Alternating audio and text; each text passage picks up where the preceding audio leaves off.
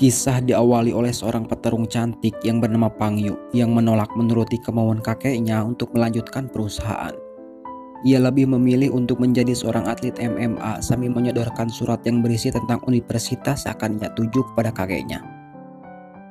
Di lain sisi, seorang cowok yang bernama Tian yang mempunyai hati lembut dan tidak suka berantem, dia juga seorang kepala keluarga bagi kedua adiknya. Dikarenakan ia sejak remaja sudah ditinggalkan orang tuanya. Suatu ketika Tian mendapat kerjaan tambahan oleh bos di tempatnya bekerja untuk mengantarkan sebuah pesanan ke tempat langganannya. Bosnya tahu kalau kerjaan Tian bagus dan cepat. Ia juga jadi salah satu karyawan kesayangan bosnya itu.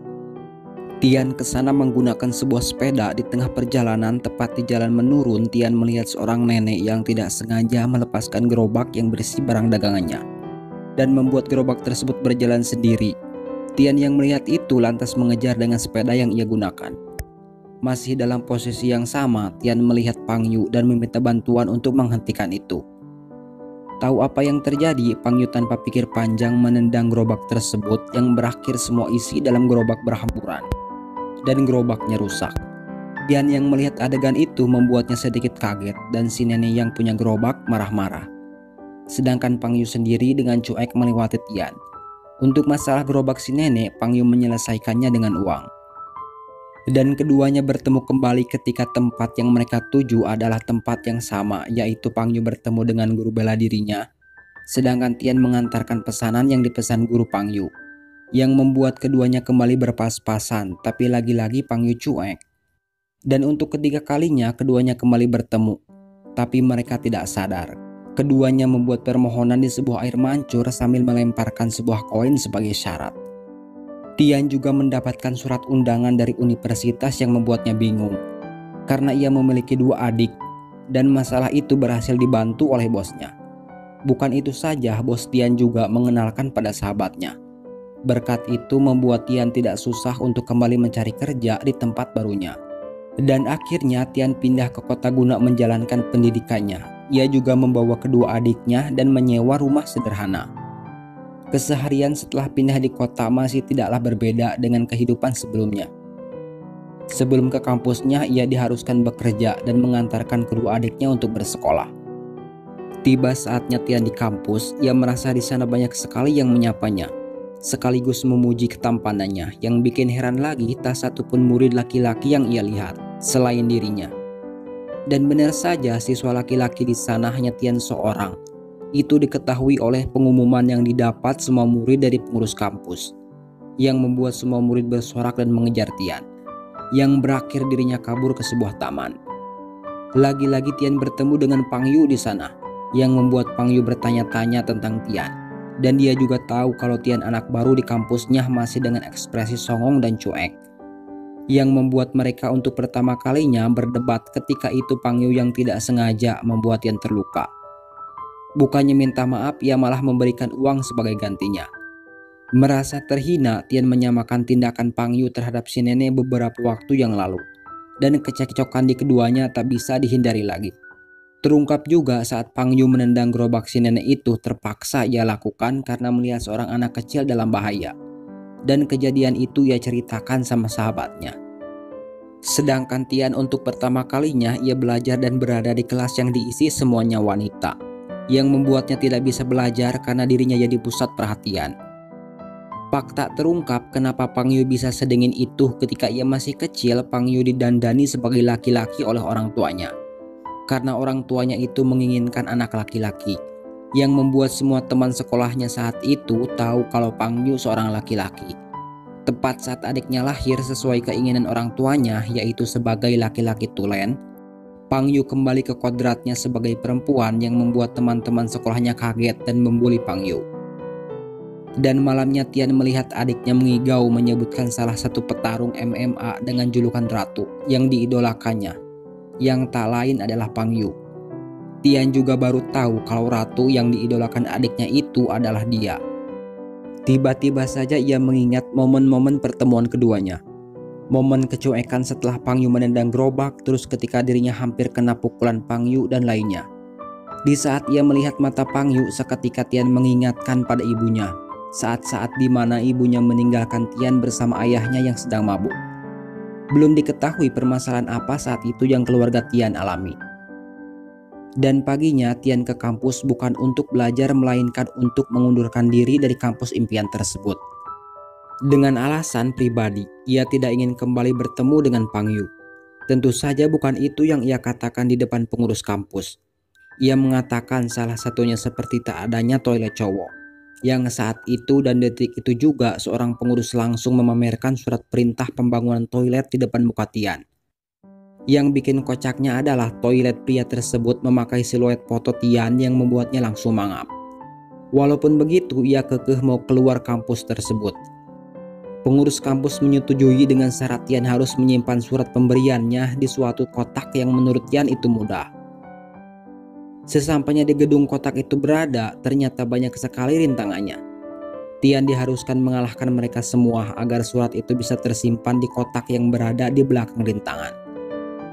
Itu mudah saja buat Tian, dengan sigap ia melalui rintangan itu, tapi rintangan yang lebih berat muncul, yang membuat Tian kalah hanya dalam satu tendangan. Setelah kegagalan barusan, Tian kembali menemui pengurus sambil protes. Dengan santainya orang itu mengatakan kalau Tian mau keluar dari kampusnya, yaitu syaratnya. Akhirnya pengurus kampus membujuk Tian supaya mau bertahan dengan iming-iming diskon pembayaran dengan waktu yang lama, yang membuat Tian tertarik dan memutuskan untuk bertahan.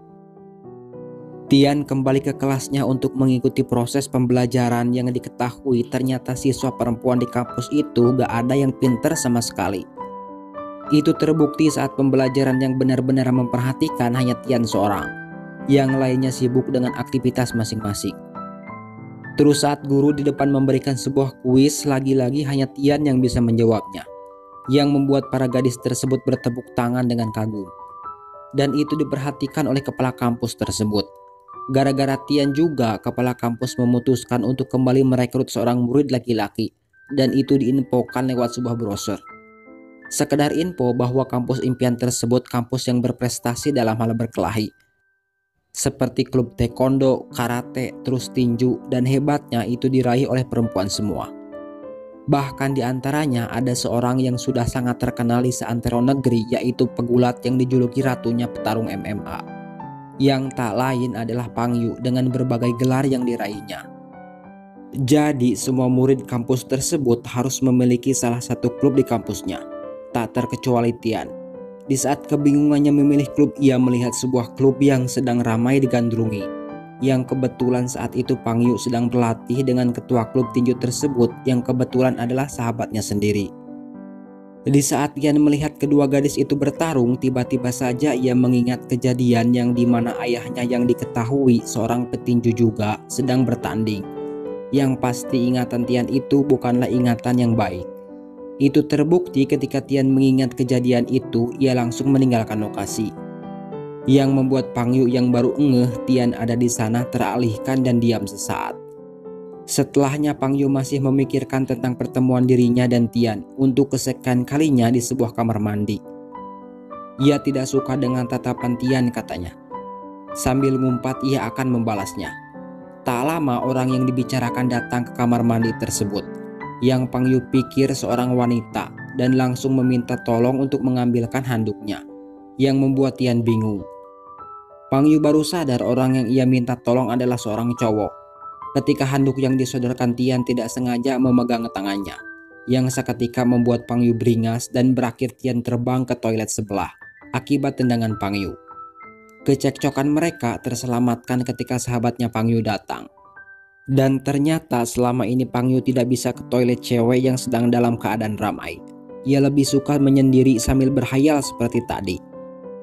Setelah ejekan yang dilontarkan Tian tadi, ia merasa tertantang dan mencoba ke toilet khusus wanita yang sedang ramai. Walhasil orang-orang di sana melihat Pang Yu dengan aneh.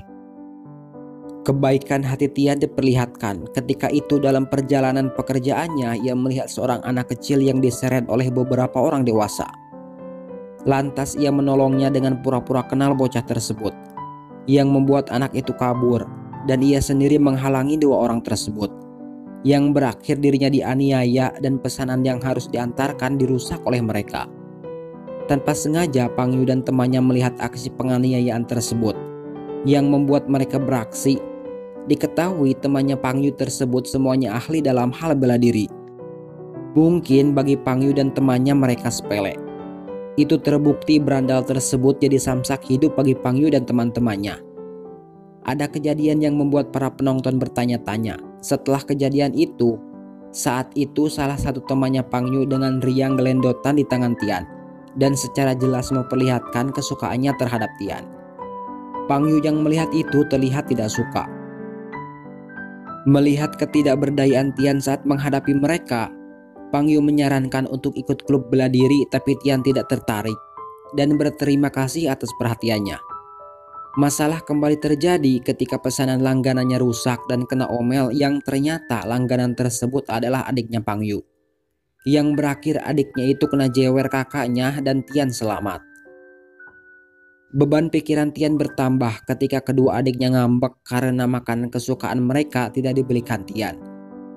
Yang membuatnya harus berpikir keras dengan uang yang tersisa cukup tidaknya membelikan makanan kesukaan kedua adiknya itu. Sedangkan Pang Yu masih memikirkan kejadian tadi, seperti kemanjaan temannya kepada Tian yang membuat Pang Yu kesal sendiri di depan kaca. Paginya ia mengunjungi sebuah makam salah seorang yang ia hormati, yang diketahui bernama Pamanji. Salah satu orang yang menyelamatkan hidupnya di saat kedua orang tua Pang Yu tidak peduli. Di saat bersamaan Tian juga ke sana dan ke makam yang sama. Akibat keributan kemarin, Pang Yu dan temannya dihukum. Berbeda dengan Tian yang dianak emaskan kampusnya. Walaupun begitu, Tian tak enak hati dengan pahlawannya itu. Ia meminta juga untuk ikut dihukum karena menurutnya kejadian tersebut gara-gara dirinya. Mendengar itu, temannya Tian semakin menyukainya dan kembali bermanja-manjaan terhadap Tian, yang membuat Pang Yu cuma bisa diam dan memperhatikan keduanya.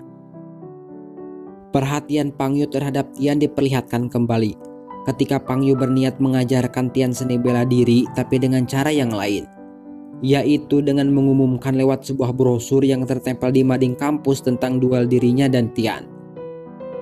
Tian yang tak tahu apa-apa mendadak mendapatkan perhatian dari semua murid sambil menyemangatinya, yang membuat Tian heran. Setelah tahu apa yang terjadi, lantas ia menemui Pang Yu di sebuah taman yang sedang gelisah memikirkan dirinya. Melihat Tian datang ke arahnya, Pang Yu terlihat gugup. Tapi Tian kesana hanya untuk protes tentang tantangan duel sepihak tadi. Menurutnya ia tidak ada waktu untuk berduel dengan Pang Yu, yang berakhir keduanya cekcok dan Tian ngambek. Mengetahui permasalahan itu, temannya Pang Yu berniat mendamaikan keduanya dengan membawa Pang Yu yang malu-malu untuk meminta maaf langsung ke tempat kerja Tian. Yang sayangnya Tian sudah tidak bekerja di sana akibat permasalahan kemarin. Mendengar itu, Pang Yu teringat kejadian penganiayaan terhadap Tian yang membuat sepedanya rusak, yang membuat Pang Yu bertindak dengan membelikan sebuah sepeda paling mahal di toko tersebut. Entah untuk siapa.